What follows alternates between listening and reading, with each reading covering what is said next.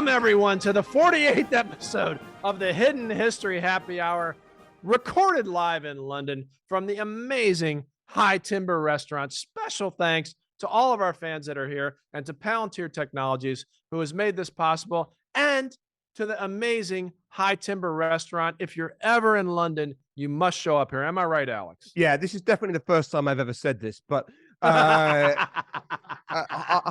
we're definitely not recording this the second time because it didn't work the first time, which is a very meta thing to say on a podcast. High Timber is a tremendous restaurant that I've been coming to for some 15 years. And most importantly, for my purposes, they were generous and kind enough to supply at a very decent rate the wine that I enjoyed at my wedding. My wife is here with us tonight. As anyone who's been following the podcast will know, she is inevitably long-suffering and very patient. And the restaurant is tremendous. It is as close to our hearts as the Von Bar in New York is to us in London, is the home of the Hidden History Happy Hour in London.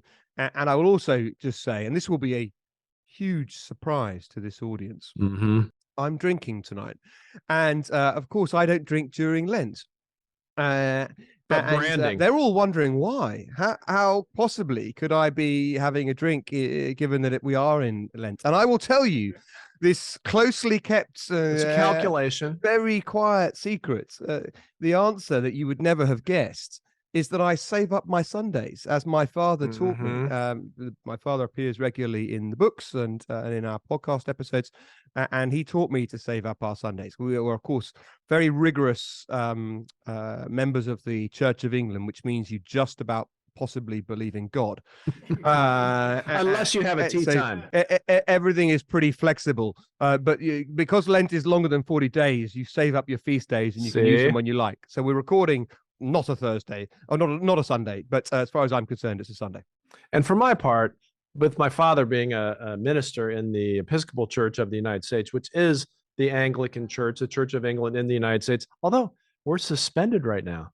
Yeah. Why? Because we allow gay marriage and we allow female priests, but much like the NCAA, they don't really want to kick us out because we make too much money for the Church of England. So they're like, just go hang out for a couple of years and we'll let you back in once you've seen the error of your ways.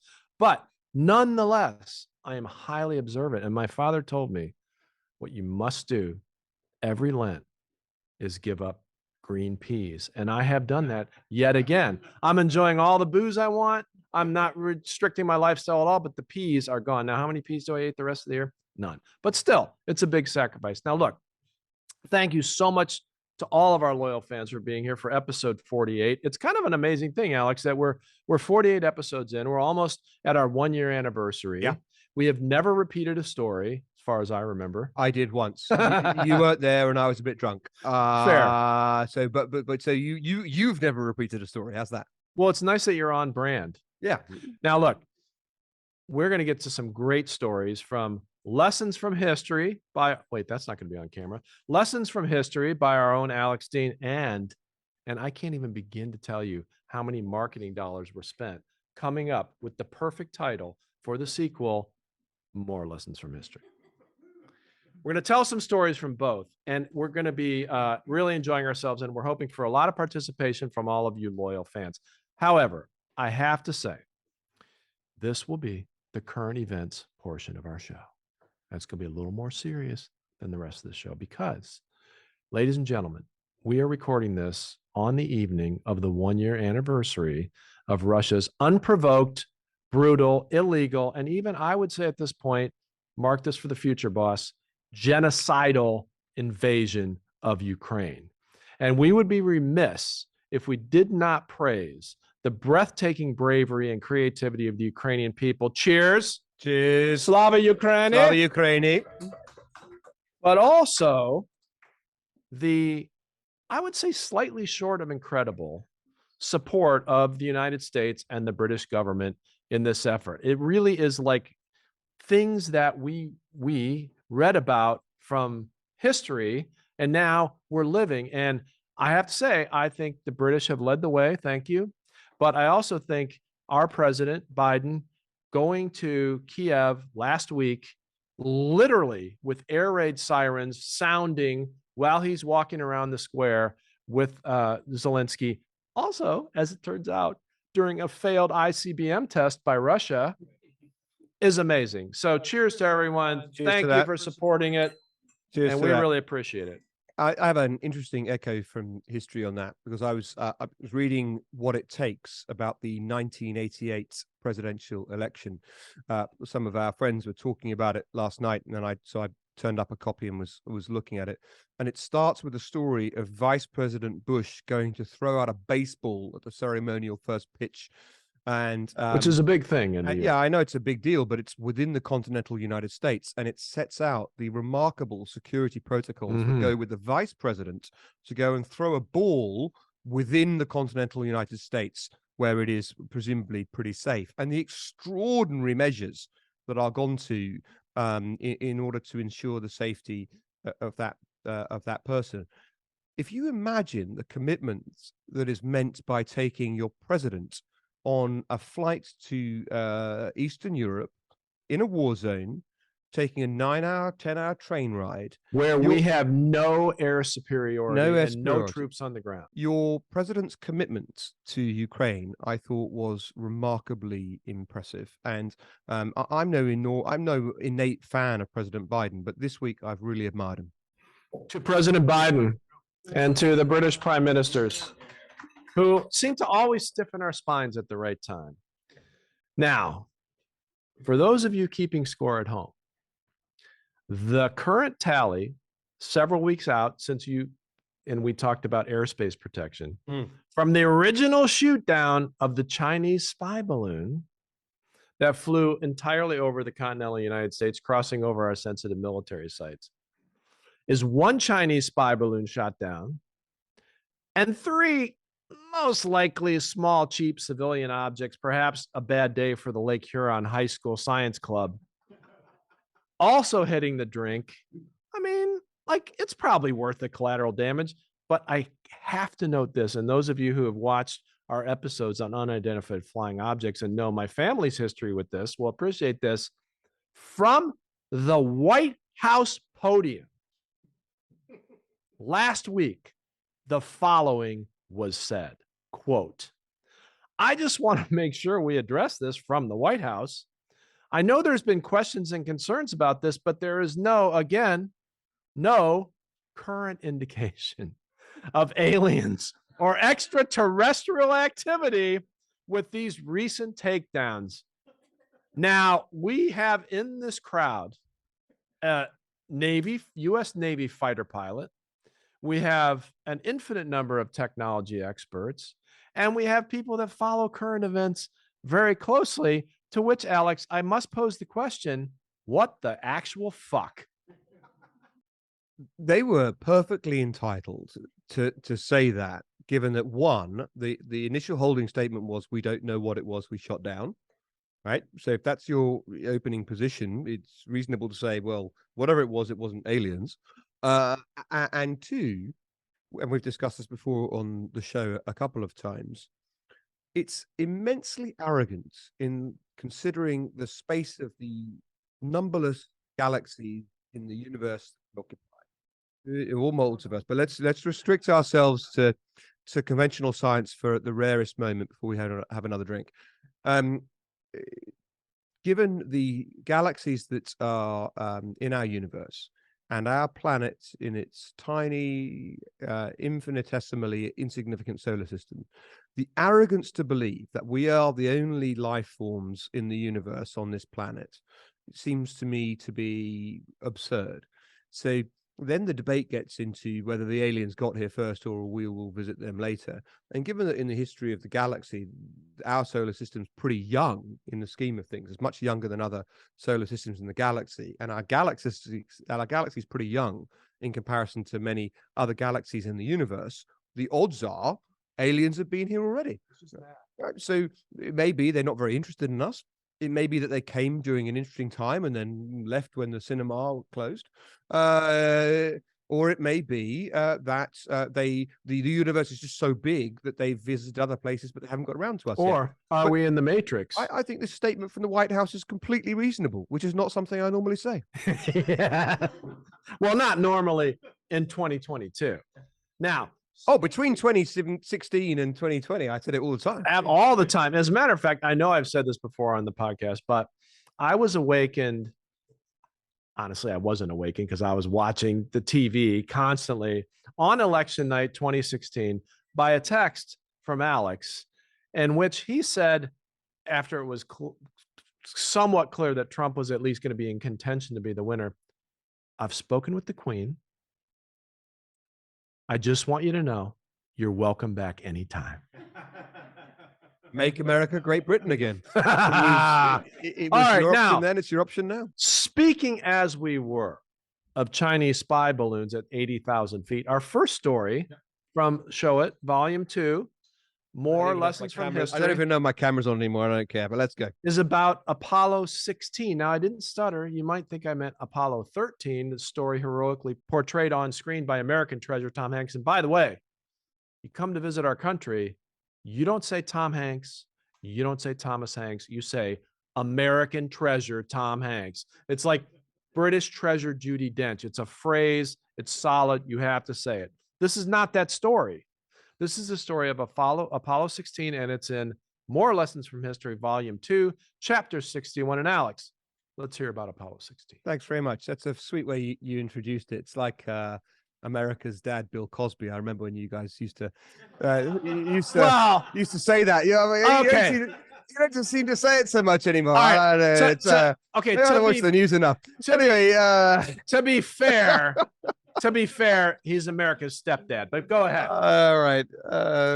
So I once knew a chap who he was beaten in the final stages of a debating competition by someone that he felt was far beneath him. By the way, this wasn't me echoing myself, which had been widely accused. Widely accused of being. I'll tell you afterwards who it was. But and he said this magnificently dismissively, "I feel like I tripped over an ant and broke my neck." And that reminded me of this story of the commander of Apollo 16.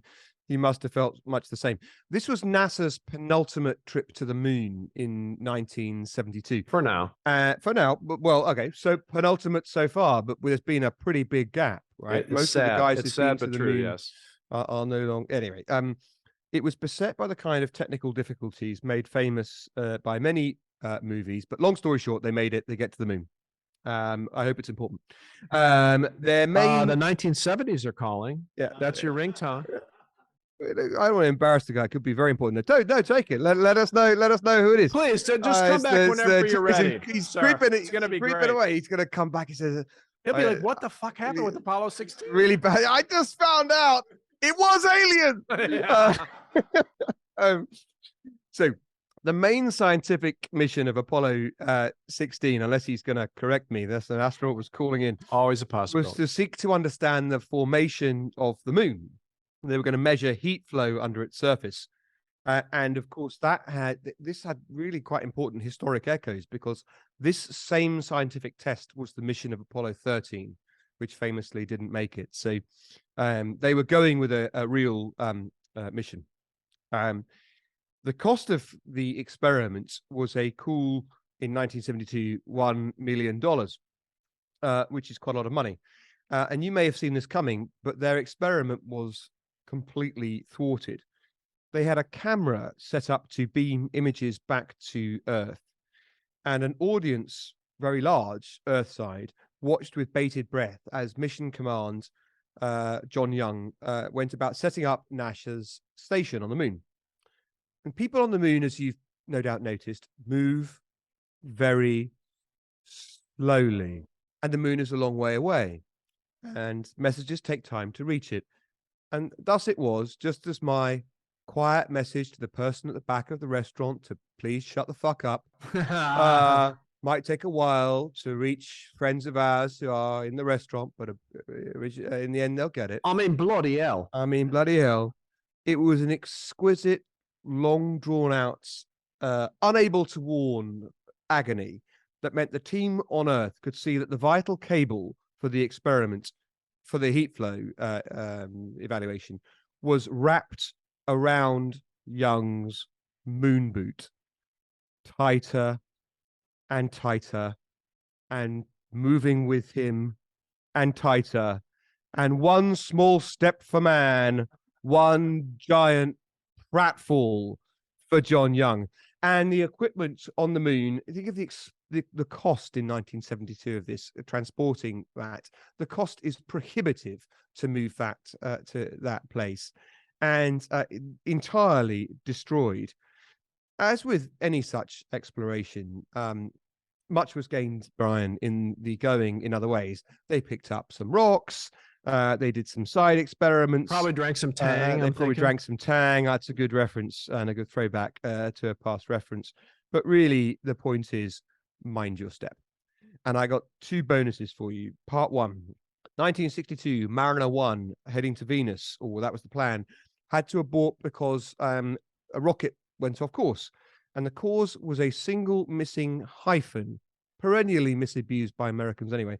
A single missing hyphen. Wasn't a dash, was it? It was a hyphen in the NASA coding software. That cost in 1962 is $18.5 million. And when I published the book last year, I know inflation's bit, so this number will be out. That was $160 million. That's $160 million hyphen. And so next time you feel you've made a mistake in a document, take solace, or a typo in an email, remember, someone's gone far worse. And the second, this is particular interest to our American friends, I think. The rest of the world goes day, month, oh year. God, with this again. Does this sound? This is 1,000% a bullshit debate. Completely unreasonable to you? Day, month, year, right? The whole rest of the world. Just like when we have a World Cup, we invite the rest of the world along, right? So day, month, year. The Mars Climate Orbiter launched in 1998, not 1898, 1998. The Mars Climate Orbiter was meant to, as the name suggests, study the Mars climate. It's not just a clever name. Entered the atmosphere on the wrong trajectory, and you'll never guess why. They were on the imperial system, and the thing they plugged it into was on the metric system. Cost in 1998 dollars, a mere bargain at $328 million for putting it in on the imperial system. And at the time of writing my book last year, that was a cool $500 million. Not counting interest. Indeed. And with inflation heading the way that will soon, I assume, equal infinity dollars. So that was my story. Well, there's a few things to say about this. First of all, I was pleased this morning when I got up in my hotel room and my scale told me I had lost 0.4 stones overnight. So congratulations for your modern system over here. But secondly, and non-trivially, our President Obama, who I served with a bunch of other presidents, well, not that the other presidents served him, I served other presidents, pretty much straight up canceled our manned space program in the United States. Yeah, and from a crowded field, I thought that was the worst thing done by a president in the 21st century. And the reason I say that is that most decisions you make may impact the people around you. It may impact your domestic economy. It may impact the generation to come. But few things limit the horizon of humanity's hope and potential for humanity's future. We have all our eggs in one basket. And existentially, that is an absurd position to be in. Once you can explore, you should. And it's a retrogressive step to go backwards. So I lamented your president's decision. Well, and whether you believe in climate change, whether you have religious apocalyptical beliefs, whether you just have read an article on astronomy, at some point, humanity will have to get off this planet. And as far as I'm concerned, anyone who's working on that is probably okay in my book. Not that they wouldn't have other problems, Elon Musk, but they're okay in my book. Now, second thing is this. Why doesn't Britain have a space program? We do. We participate with our friends in Europe, Brian, and you don't have to be in the EU to do that. All right. Well, I am so tempted to open that can of worms, that Pandora's box, and just Well, chat. as it turns out, everyone in the UK is completely relaxed about Brexit now. It's totally fine. Yeah, it's all no, good. No one has any It's problems all with good. it. Yeah. It's all fine. Yeah. Sadly, we must move on. And ladies and gentlemen, if you thought the astronauts of Apollo 16 had it bad, Alex is going to tell us about the girl who fell from the sky. And I'm happy to report that this story involves our first in-person hat tip. And I'll tell you why that is, because I got 3 stories in volume 2. I've never got a fucking in-person hat tip, but someone's about to. Proceed. As I look at my acknowledgement section, I see the name Brian Cunningham before I see. Yeah, but it's not tied to those 3 stories, is it? Yeah, but this is a better story than yours. Well, fair. That's fair. I'm gonna look to the person who gave me the story. I'm gonna say, if you want your Twitter name, it's thumbs up, and if you want your real name, it's thumbs down. Looks like thumbs up for the artist known as Silver also. That was almost unmasking right there. If you say U2s, I'm always going to be privacy protected. So that's fair. I think that's the responsible thing to do. Christmas Eve, 1971. Julianne Kopecky boards a flight with her mother. She's 17. It's from Peru's capital, which is this is not our pub quiz question, so I'll spoil it for you. It's Lima, to Pucallpa, which is a city in the east of Peru. And they were going to see her father, who was a zoologist working in the Amazonian rainforest. Half an hour into the flight, deep cloud cover, they experience increasing turbulence. Luggage compartments fly open, bags fall into the aisles and fall onto the passengers. Think about how much people overpack. Very unpleasant. Then panic sets in. And only then, after those things have happened and people are running down the aisle and shouting and screaming, does lightning strike the aircraft, and the plane explodes. It breaks into parts. Still strapped into her seat, Julianne fell from the plane, passes out. She wakes up deep in the Peruvian rainforest, and she had fallen over 10,000 feet. She suffered relatively minor injuries, and why such miracles happen in our lives is near impossible to explain. We can think of air currents and so forth. She was still in a row of 3 seats, which may have acted as a kind of parachute. You can look it up online, and YouTube. People have tried to create experiments which will explain how you can survive. We know that she did. We don't know how. It's been the subject of a lot of speculation. But when you're the person who hits the ground at speed in the middle of the Amazonian rainforest, you're not first of all thinking about, I wonder how that happened. Physics is not on your mind. Exactly. She had grown up at her father's station in the Amazonian rainforest, and she had some jungle knowledge. But her circumstances are suboptimal, and I describe them as follows. I think we'll all agree this is entirely fair. She was suffering from a certain amount of shock. She had concussion. She had a broken collarbone. She had a very bad gash on her leg from which she was bleeding heavily, and not a soul from the crash or otherwise to whom she was related or otherwise was to be seen as far as she could tell. And she gave those circumstances, and as she tells it, passed out again. Who can blame her? Some hours later, she manages to revive herself. She looks around. She finds a small stream. She knew, because of the training she'd had, you follow water downstream. This may be the most useful thing you get from the Hidden History App Hour, so pay attention. Plus booze remedies. Plus tips we can give you on a cocktail for the morning after the night before. But for life-saving purposes, let's imagine this is the most important thing. Follow a body of water downstream to a bigger body of water, which will lead you eventually to civilization and to help.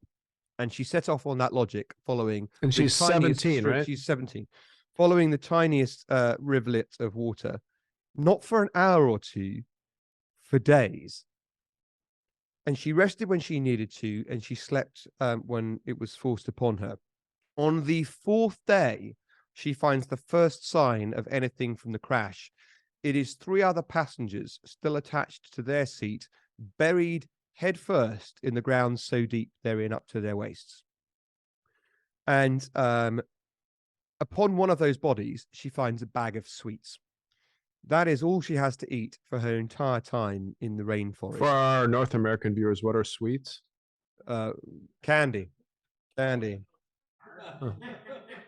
Hey, shut up back there. She longed for the sound of a human voice, but not Brian's. That's fair, actually. She carries on with her journey, and she can see, and occasionally through the thick forest canopy she can hear and occasionally see helicopters and planes, but there's no sign that they've spotted her at all, and she has no way of attracting their attention.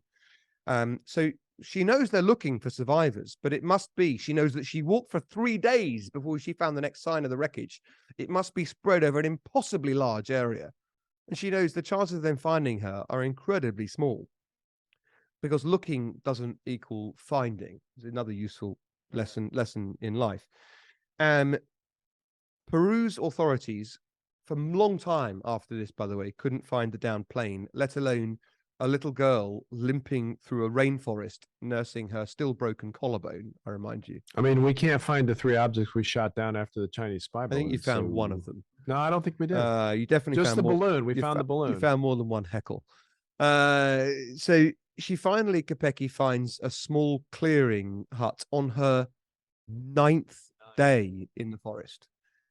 On her 9th day, she finds a hut, and she enters it, and she finds there's some gasoline and in the hut, and she pours the gasoline on herself because she wants to get rid of the maggots that are in her leg wounds by that point. Enjoy your dessert, everybody. Yeah. And then she sat down, and as she recalls, she thought to rest and to die. And the woodcutters that used that hut from time to time on a very large tour of the forest, so lucky for her, come and find her. She is overjoyed. That is not initially reciprocated. She looks so unhuman. They think she must be something unnatural. They think she is a forest sprite, a river sprite that has been delivered 1970s to them to torment them rather than human. But whether by fear or by a desire of appeasing that, they allow her to stay in the hut. And in the end, when they realize she's a person, they take her to the nearest town, and then to the nearest boat. And then there it is, after 11 days in the jungle, she returns to civilization. It turns out 14 other passengers from the flight had survived the crash, but died before help could reach them. She was the only survivor of Flight 508. And in closing, her resilience, I want to point out, not only because of what she did, because she recovered in impressive fashion. She went on to take a doctorate, start a family, and recover to the point that, magnificently weirdly, given his body of work, she goes back to the crash site with Werner Herzog, who then directs a film on the crash. And she sits in the same seat on the little plane flying out to the crash scene that she'd occupied when she fell from it and was the girl that fell from the sky. Thank you, Silver. Also, we will have in the show notes a link to the Herzog film. This is it's remarkable, right? I mean, what could she have been thinking during those 9 days? What would motivate her, do you think? Well, we're going to open this up. We're going to talk to our audience. And We're going to take a little break. So this seems like a good point to say. What do you think? Speak up. We'll just repeat it into the mic so you guys won't be, on the hook. We won't feel awkward about it at all, because we'll then just cut this out from the recorded version if it doesn't. The person from the audience said she had to do it. She had to go forth. So, do you feel like this was the person in the audience that's not on a mic? Do you feel like this was just her assertion of agency? Like, she's not going to let this thing destroy her. And there's a head shake that says yes, which is awesome because he can't talk back to me. So he's got to either yes or no. It's a binary thing. Any other thoughts on the girl who fell from the sky?